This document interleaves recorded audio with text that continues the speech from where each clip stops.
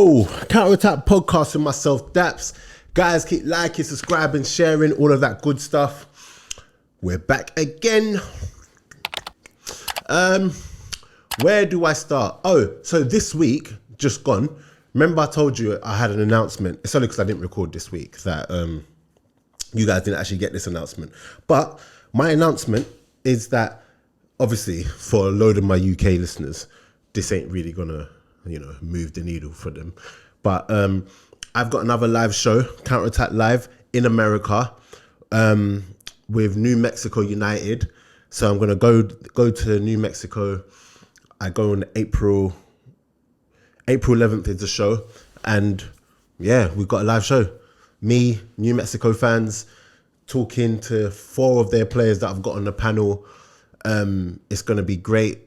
Can't wait. New Mexico. I know there's a couple New Mexico United fans that have now, subscribed to the podcast, started following me. So I can't wait to see you there. We got giveaways. We got we've got signed shirt giveaways.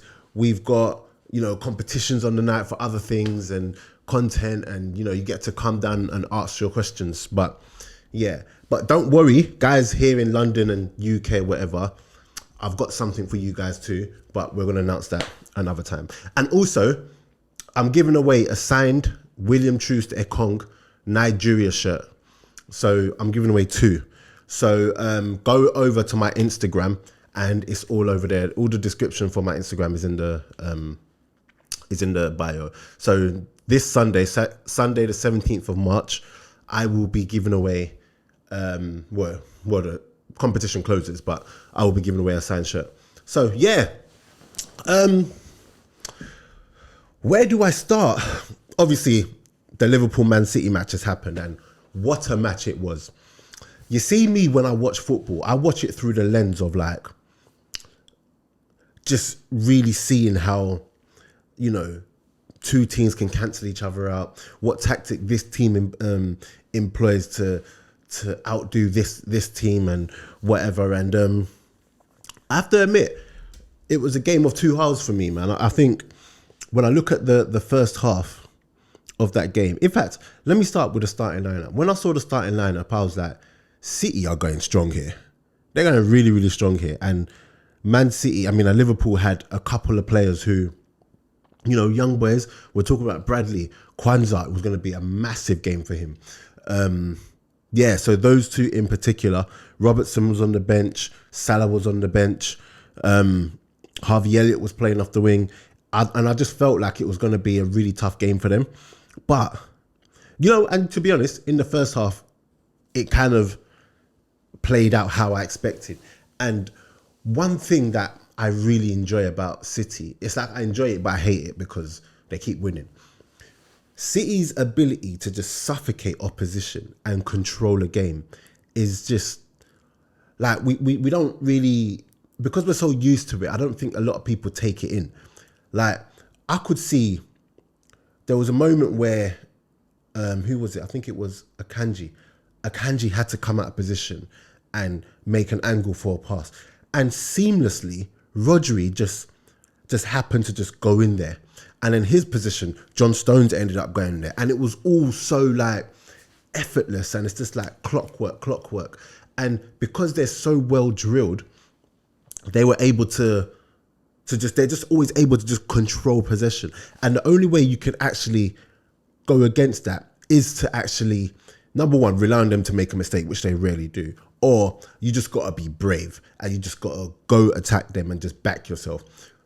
The problem is that most people who go out and do that, they get picked off because City obviously have the individual quality to go with it as well. But that game, panned out exactly how I thought it was in the first half. And when I look at their goal, it reminds me of when Trent did a similar thing for Origi against Barcelona, where it's just that low ball front post and the execution is just spot on. And John Stones, he scores the goal, but that goal was all KDB, man. And I just wish that people, I do think people appreciate him, but I don't think people quite realise the level at which KDB operates at. And this is KDB, who is maybe about 65% fit, 70% fit. and he does that.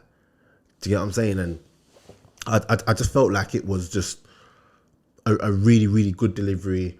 There was definitely no foul in there. McAllister just got to be stronger. That's it. Like, not everything is a foul. I felt like the referee, what kind of game did he have today? I felt like he did all right, to be fair. There were a couple of decisions that we'll talk about, but in the grand scheme of things, he did okay. So obviously it's 1-0 at half time. At half time, I'm looking at the game thinking, do you know what? City are gonna go and win this game, because you know what? Actually, I tell a lie. No.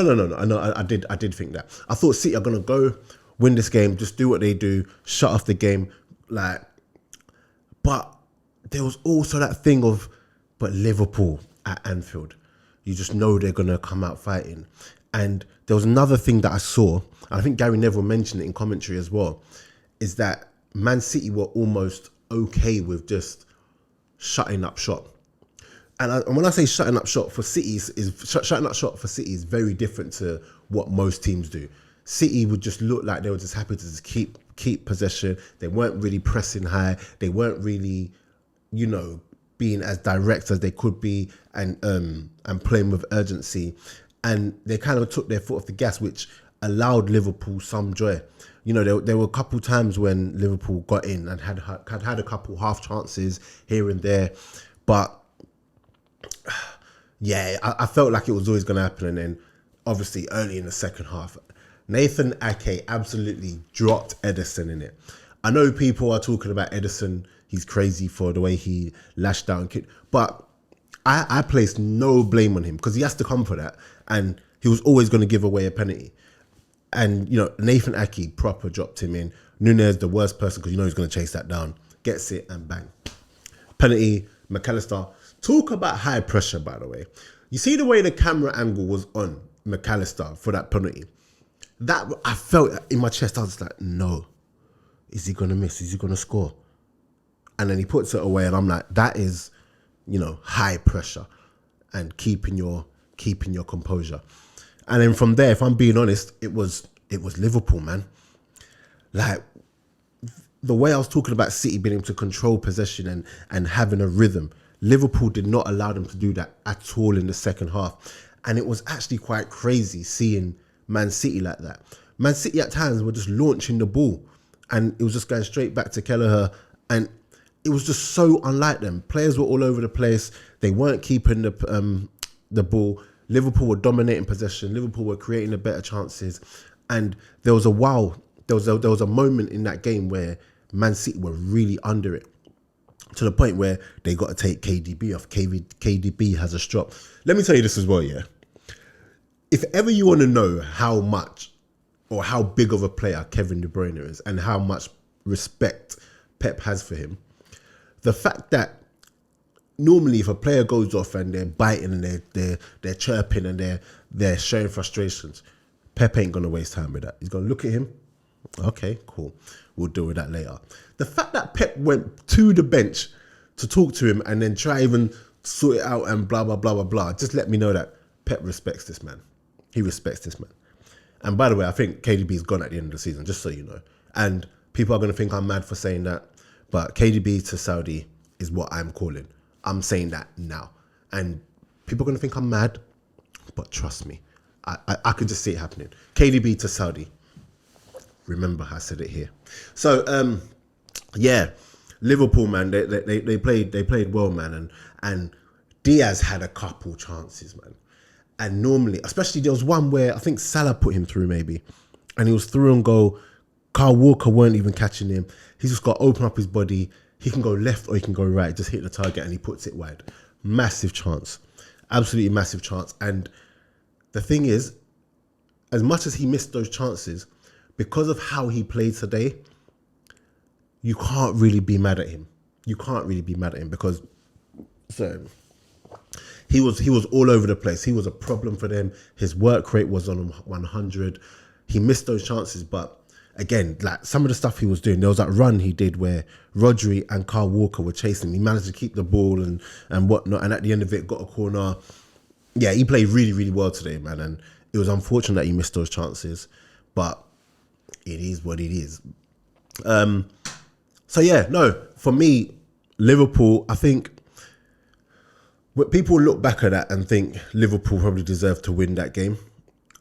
But to me, it was actually quite even. When you look at the first half, when you look at the second half, it literally was a game of two halves. And I think Pep will leave that match thinking, I'm okay with that. I think Klopp leaves that match thinking we could have taken it, but I'm okay with the draw as well. And the real winners of that game were Arsenal. But we're going to get to Arsenal in a second. But what I do want to say is that I think that's a penalty. I've looked at it. Initially, when I first saw him go down, I was like, oh, but, you know, it's in time added on. Everyone's calling for everything. But then I saw the replay and I was just like, that's a penalty. If that happens anywhere else on the pitch, the ref gives a foul. It's a foul. I don't think, they might say, he touched the ball a bit, but there's no way you're getting enough of the ball there and taking a man like that. And it's not a foul. It's a foul. It's a penalty. I do think Liverpool will feel a bit hard done by that. Man City, no, they probably got away with that. It was definitely a penalty though. So yeah, great match for the neutral. I felt like Kwanzaa, listen, I feel like I'm just forever talking about Liverpool players. Kwanzaa has got the minerals to go on to be a really good centre-back. And I think when you watch him play, you can see that he's learning from the best, which is Van Dijk. When he plays, he doesn't seem fazed by anything. Haaland, no problem. Dealt with Haaland today. Oh, by the way, that one-on-one. Anyway, we'll come to that. But yeah, Haaland, he dealt with Haaland or dealt with anything that came his way. He never looks too flustered. He's got a level head on his shoulders and he looks like he takes instructions. A couple times when Van Dijk you can see he's telling him what to do in the game and whatnot. And you can see he takes on the instructions and he can play and he can pass through the lines. He's got the pace. He's going to go on to be a top centre-back. But what I do want to say, that one-on-one with Haaland, between Haaland and Van Dijk, box office stuff. Like, these are the moments where, as a fan, you just... And I know I'm probably just doing too much here, but as a fan, when you get like the stars just squaring up one-on-one, you can't help but just love it. You got Van Dijk, who people say is the best defender ever, some people, in terms of the Premier League. Right now is the best defender. You got Van Dijk, you got Haaland, one-on-one. And everyone thought the exact same thing when they saw the one-on-one happening. It was just like, who's going to win this? You know, obviously Haaland got his shot off, but Van Dijk did incredibly well to make sure that the shot was only what it was. A lot of defenders, Haaland goes past, but Van Dijk defended that extremely well to the point where he's done enough where if he scores from there, it's got to be something special. And he gives more of the what's the word? Like the odds are in the keeper's favour in terms of saving it. So yeah, well done there, man. Endo, again. Endo. At the beginning of the season when they bought Endo, people were laughing. But this is why recruitment is such a big thing and why you should never, ever just buy into the hype and actually stick to what you know, stick to your principles of recruitment. Because you see Endo, and then obviously they missed out on Caicedo and Lavia. Has Lavia ever played a game this season? Anyway, they missed out on Caicedo. But when you look at what Endo's doing, when you look at what Caicedo's doing, Liverpool are probably thinking, we dodged a bullet there. Because Endo, some of the performances he's putting in and he's going under the radar, you have to big him up. And he's just always there. He's always there and he gets stuck in, he can play, he reads the game really well. And yeah, it's always the ones that you don't notice, but they're doing their job quietly. And that's him. And big him up, man, because when he first came, he did look a bit, but he's grown into the team. He's grown into, you know, the player that Klopp thought he was when he bought him. And you just got to give credit and just say that's actually turned out to be a really good buy. So yeah, that's my thoughts on the game today, man. You know, as an Arsenal fan, I wanted that draw. I didn't actually think it would be a draw. I thought City were probably going to win it. Because, you know, in our minds, we just have this thing that City are just going to win. And for other teams to beat them, it's like it's like a wild thing. Like, oh no, it can't happen. Do you know what I mean? So yeah, it was a draw. But on to Arsenal. Listen, there was always going to come a point where Arsenal weren't going to be steamrolling teams. And first of all, let me know what your thoughts are on the Man City and Liverpool game. Yeah, let me know what your thoughts are. Who stood out for you and all that good stuff. But yeah, I felt like Arsenal, this Brentford game was a tricky one. Because Brentford, especially because they play two up top, who are both handfuls, I felt like this is just going to be one of those where they're going to operate on a low block and then hit us on the counter-attack, and they've got players who are on the counter-attack, shout out counter-attack, on the counter-attack are massive problems. And it played out like that. When Declan Rice got his goal, I was like, okay, we're going to go on. We're going to go on and get more. And we controlled that first half. Do you know what I mean? There were a couple of times where Brentford were getting a little bit of joy, but overall, we restricted them to... I don't think they had a shot in that first half. Yeah, I don't think they had a shot in that first half at all. And we could have got a couple more, but I was confident. Until Aaron Ramsdale. You see, Aaron Ramsdale, I'm a man that's like, he was hard done by and whatever. But in that game, we saw the good and the bad of Aaron Ramsdale. The bad was what happened that led to the goal. The balls come to him. He's got all the time in the world. It's not like the balls come to him and he's instantly under pressure. No, there was no pressure on him. But he just dillied and dallied, and you can see someone is coming. He could see, we could all see. And then he blasts it, they score. And I'm just like, Aaron Ramsdale, the last thing you want is for that to happen.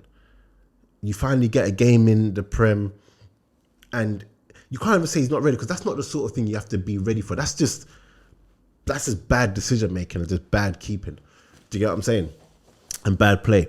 And then what happened after that is that we were under it, and it kind of knocked us back a bit, because in the second half, Arsenal suddenly were on the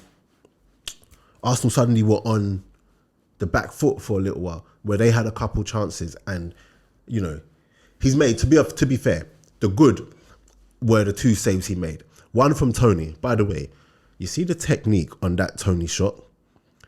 Crazy. Like, I'm actually going to clip that up and talk about that, because for the ball to go, like, the ball was rising up. It's not like it was on its way down. The ball was rising up, and he caught it flush with some crazy technique as it's still rising up. Oh, listen, as a football, like, lover, like, that one there, that technique, and then Ramsdale makes the save. He also made the save. I forgot who had the header, but he had to make another save. So we were under it, and all of a sudden, a game that really and truly should have been in our control and a comfortable one was now one where I'm looking like, oh my gosh, where's this goal going to get from? But up stepped Killer Kai. You see, Havertz? Listen, Havertz, I understand why everyone at the beginning of the season was going mad about Havertz. Me, myself, I remember at the beginning of the season when we bought him, I was just like, I don't know how I feel about this. I wasn't happy, I wasn't sad, I just didn't know. And then when some of his performances at the beginning of the season were going all over the place, I was just like, do you know what? Let's try to stick with it. But I have to admit, I think definitely in the second part of the season, he's become one of our better players, one of our better performing players. Like, him up top is such a problem, and he's chipping in with goals. But you know what it is with Havertz? What's changed for Havertz, I think, is his overall play. I think before, even if he got a goal here or there, his overall play was pretty rubbish. Whereas right now, he's impacting games. He's managed to go past players. He's managing to hold up and link up play more. He's having a positive impact throughout, and he's getting goals, important goals. And, I'm happy for him, because you can see suddenly he looks like an Arsenal player. Suddenly he looks like he knows what he's doing. But there are certain times in games, I think more so when he's in that number 8 position, where he can look a bit like, what's going on here? He does look a bit like he's short on confidence and whatnot. But yeah, credit to Havertz, man. And that was an important win, because if Arsenal had dropped points there, it would have, I think, for their mental, it would have hit them hard. Like winning a game like that is just as good, maybe even better than winning, 5-6-0 at times. Sometimes you need those games just to keep you sharp and keep you on your toes, man. So credit to them, man. Yeah. Was there anything else? I just want to say as well, yeah. You see UK media, what I'm going to say is not even about Phil Foden. It's about the UK media. I saw a tweet saying that Foden is inspiring all these younger generations with his celebration. The gun one, whatever. And in my head, I was just like, it's funny because he's got a gun celebration and it's not Foden. I have no problem with his celebration. That's there's nothing wrong with it for me. But the media look at it and praise it. But when a certain footballer had a tattoo of a gun on his leg, a tattoo, I mean, it was like, oh, he's a bad role model. He shouldn't have that, and blah blah blah blah blah. And it's just like, why? So I'm a bit, this is just one of my random thoughts, but it's funny how Phil Foden having his gun celebration, and again, it's got nothing to do with Phil Foden, what I'm actually saying, and more to do with the media. Him having that celebration is perfectly fine, and he's a role model and he's impacting the youth in a positive way. But when it was Raheem Sterling with a tattoo on his leg, let's talk about that. Let's say how bad it is and everything. But yeah, that's just me. That's just me. We know what it is, but it is what it is. So, Man United, did they win? I know I need to talk about that. Let me just quickly look at the results.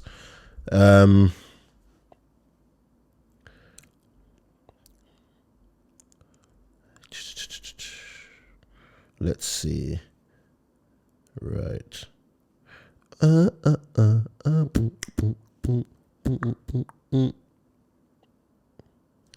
Right. So, let's see. Come on, what's going on here? Brighton beat Forest. Hey, Forest are banging trouble, And I feel like Forest's next game is Luton as well, if I'm not mistaken. No, it's Bournemouth. Oh no, it's Bournemouth. Oh no, their match. Oh no, it might have, yeah. Forest's next game is Luton. They're in trouble, boy. West Ham from 2-0 down. Hey, for Fafana's goal, mad. Smashed it. Aston Villa. Look, when people talk, in fact, let me see how I'm doing for time. Okay, let me give it a couple more. When people talk about Unai Emery and how much of a top manager he is, he's a very, very good manager. I just think when it comes time to actually kick on from a top four, like that, he struggles. Like that's his zone. Trying to qualify for Champions League, getting there, in and around there, cup competition, that's his thing. But yeah, what I saw from Villa today was just, it was just bad. It was just bad. But we move. Wolves beat Fulham, Bournemouth. Yeah. Oh yeah, Man United, Everton. Yeah. Garnacho got the 2 penalties. He played well, by the way. But yeah, no, it's not really much to say there. But yeah, guys, that's it from me. Yeah, so just follow me on the socials. I'm gonna be releasing more content in regards to like just other bits of this stuff, other bits, not just podcasting, basically. But yeah, let me know what you guys think, and I am out.